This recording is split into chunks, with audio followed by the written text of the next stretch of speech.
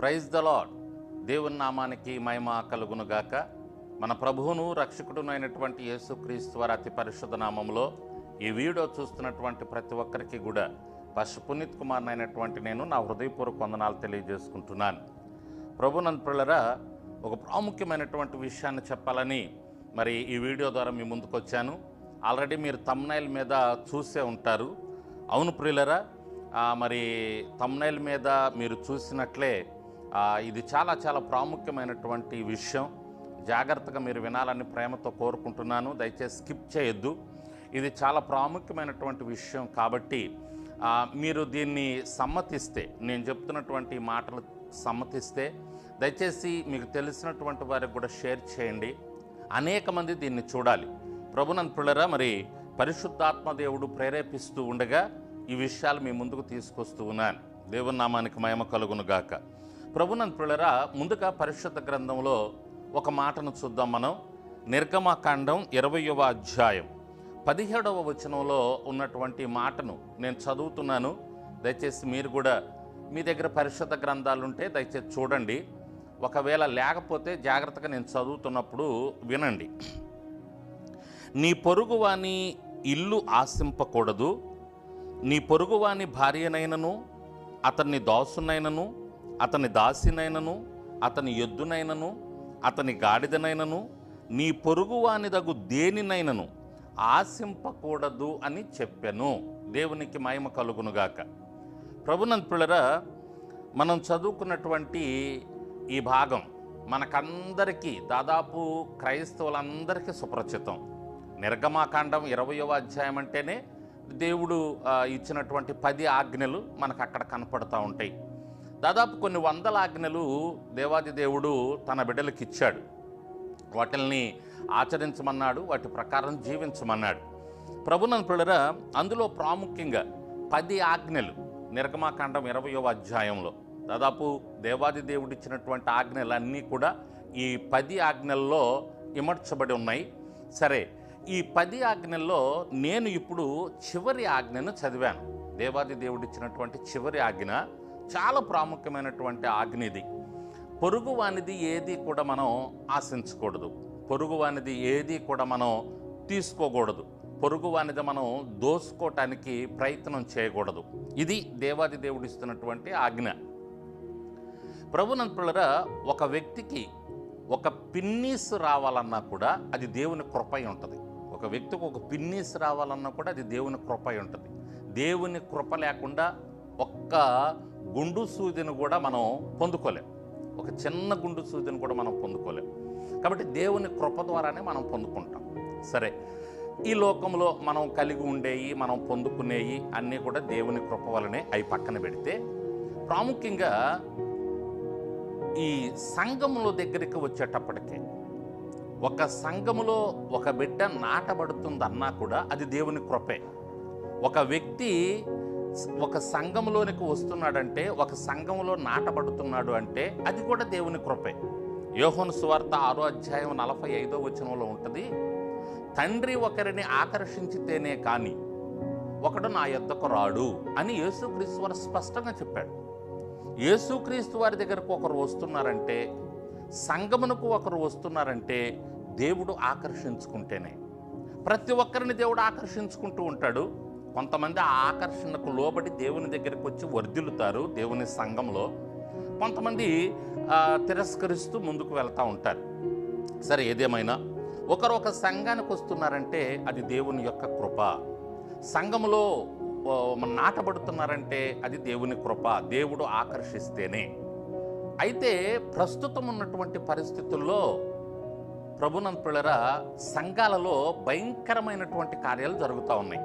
అదేంటి అంటే, దోచుకోవటం ఎక్కువైపోయింది. పక్క సంఘాల్లో ఉన్నటువంటి సంఘ బిడ్డలను దోచుకోవటం ఎక్కువైపోయింది. ఇక్కడ ఈ ఆజ్ఞను మీరుతున్నారు. అది ఇక్కడ కూడా మనకు వర్తిస్తుంది. లోకంలోనిదే కాదు, ఇక్కడ ఈ సంఘాలకు కూడా మనకు వర్తించే విషయం ఇది. నీ పొరుగువానిది ఏది ఆశించకూడదు. అది ఏదైనా సరే ఆశించకూడదు.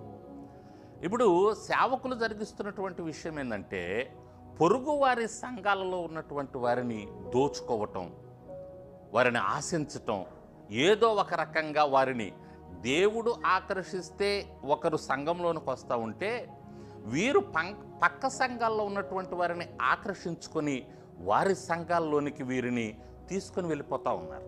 ఇది చాలా భయంకరమైనటువంటి విషయం.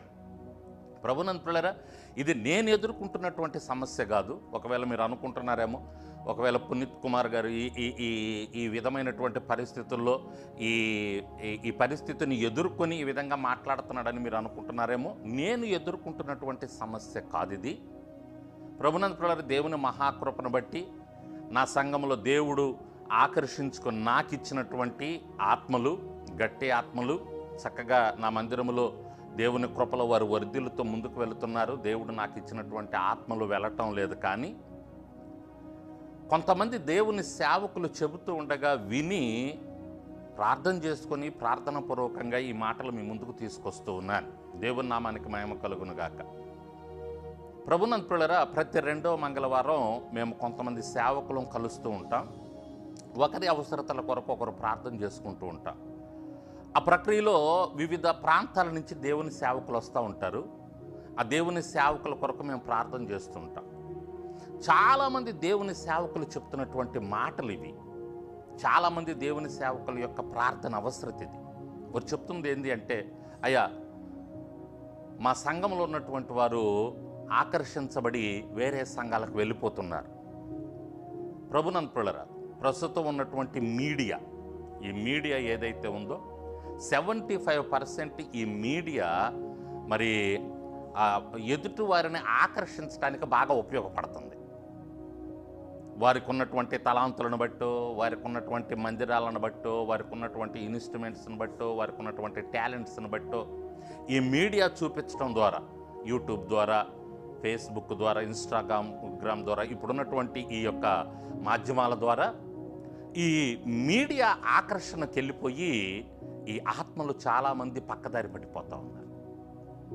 దేవుడు ఆకర్షణకు లోబడి సంఘాలకు వస్తున్నారు. ఈ మీడియా ఆకర్షణలకు పడిపోయి వేరే సంఘాలకు వెళ్ళిపోతూ ఉన్నారు. ఇది చాలా చాలా భయంకరమైనటువంటి విషయం. రెండోది, కొంతమంది సేవకులు వాళ్ళు వేస్తున్నటువంటి ఎత్తుగడలు, వాళ్ళు వేస్తున్నటువంటి కొన్ని ప్లాన్స్, అంటే సంఘాలను అభివృద్ధి చేసుకోవటానికి వారు ఏ సంఘాల నుంచి అన్నా రానివ్వండి, ఈ సంఘాలని డెవలప్ చేసుకోవటానికి వీళ్ళు వేస్తున్నటువంటి ఎత్తుగడ. ప్రభునంతులారా, కష్టపడి పరిచర్య చేసి నూతన ఆత్మలను సంపాదించాలి, నూతన ఆత్మలని మరి మనం నడిపించాలి దేవుని దగ్గరికి. అంతేగాని పక్క సంఘాల ఆత్మలను కాదు సుమా, వారిని ఆకర్షించకూడదు. వారిని ఆకర్షించడానికో లేక వారిని సంఘంలో కలుపుకొనటానికో ఎత్తుగడ లేకూడదు, ప్లాన్స్ చేయకూడదు. ఈ రోజుల్లో అది ఎక్కువగా జరుగుతూ ఉంది. అందుకనే చాలామంది దైవజనులు చెప్తున్నటువంటి మాటలు తీసుకొని, వారి ప్రార్థన అవసరతలు తీసుకొని, వారి గోడు తీసుకొని ఈ విషయాన్ని మీ ముందుకు తీసుకొస్తా ఉన్నాను.